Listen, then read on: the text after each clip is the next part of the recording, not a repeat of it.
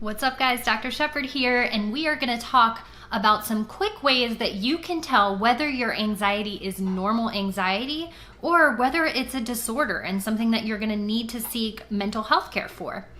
So there are a ton of different anxiety disorders. So obviously we're going to paint this in kind of broad strokes. And the bottom line is if you are wondering whether this is something you need to seek help for, it doesn't hurt to do it. So I never mind if I have somebody come in and say, you know what, I'm not really sure if this is something that I need help with. It's kind of bothering me, but maybe not.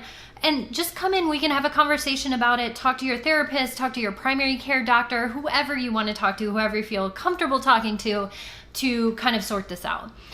But like I said, there are a ton of different types of anxiety disorders. So they range from something like generalized anxiety disorder, where you're afraid of lots of different things and you worry all the time, to something very specific, like specific phobias. And those can be phobias about anything. So, most common are like public speaking phobias or fears of small enclosed spaces. But really, if you've seen those old Maury episodes where they used to run out with cotton balls and scare the crap out of people, you know that you can have a phobia to anything.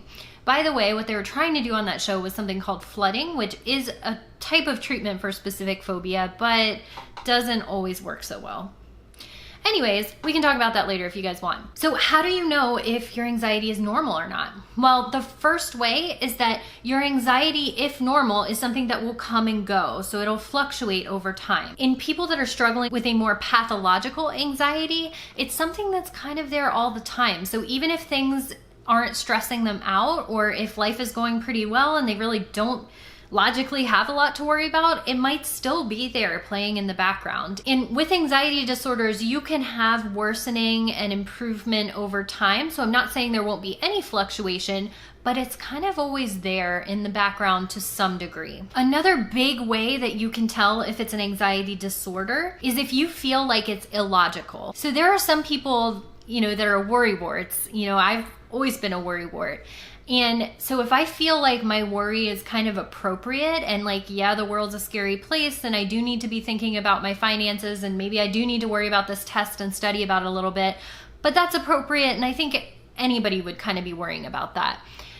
That's usually normal anxiety. In contrast, and not all the time, but commonly, if you are struggling with an anxiety disorder, you often say, this is completely irrational. I don't know why I'm feeling this or thinking this, but I just can't stop. I can't get rid of it. Okay, another way that you can tell if your anxiety is abnormal or something that you need to seek help for is if it's impairing your day-to-day life. So normal anxiety is actually pretty helpful and can be pretty productive. So think about, your last exam that you studied for.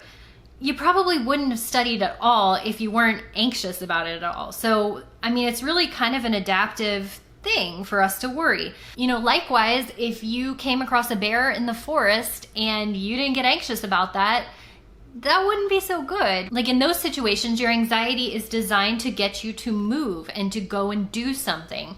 It'll spike your heart rate, make your breathing rate speed up. It'll pump you full of adrenaline so you can run away and or fight the bear, whatever one you want to choose. Maybe consider bringing bear spray or something. So anxiety is ultimately an adaptive thing. It's designed to help us. However, if it starts to hurt us or starts to get in the way of us being able to do the things that we want to do in our daily life, that's when it can become a problem.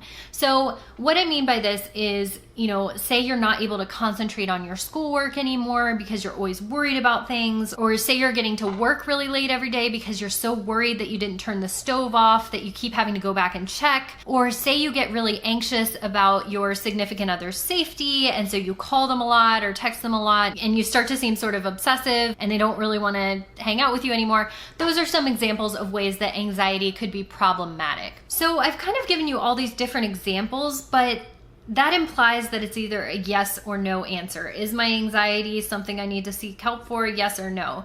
In reality, anxiety is more of a spectrum, right? So it's normal to have some anxiety, and like I talked about a minute ago, it's actually advantageous to have some anxiety, but there becomes a point where it becomes too much anxiety and where it can really cause you problems in your day-to-day life. And so, like I said, you're never wrong for seeking help. And anxiety is something that even if it is advantageous, you can always learn to manage it better. So in most cases, therapy is going to be helpful whether or not you have a true anxiety disorder. Okay, so another sign that your anxiety is problematic and may need to be treated is if it starts to affect your sleep and your appetite. So sleep is something that can certainly be affected in like very acute anxiety. So like say you have an exam the next day and you have trouble falling asleep, that can be normal. But if it becomes a pattern where you're really unable to sleep for, several days in a row, or you find that a couple times a week you're worried about something and it's impairing your sleep, that's not normal. Similarly, you may be a little bit anxious before a presentation and not be able to eat well, but after you're done with your presentation, you go and make up for all the food you didn't eat earlier in the day. So if you find though that your anxiety is constantly depressing your appetite, so you're really not able to eat, then that's another warning sign that your anxiety may need treatment. Also, it's not that uncommon for anxiety to be associated with depression. So about 80% of people that have anxiety will later develop some kind of depression that goes along with the anxiety.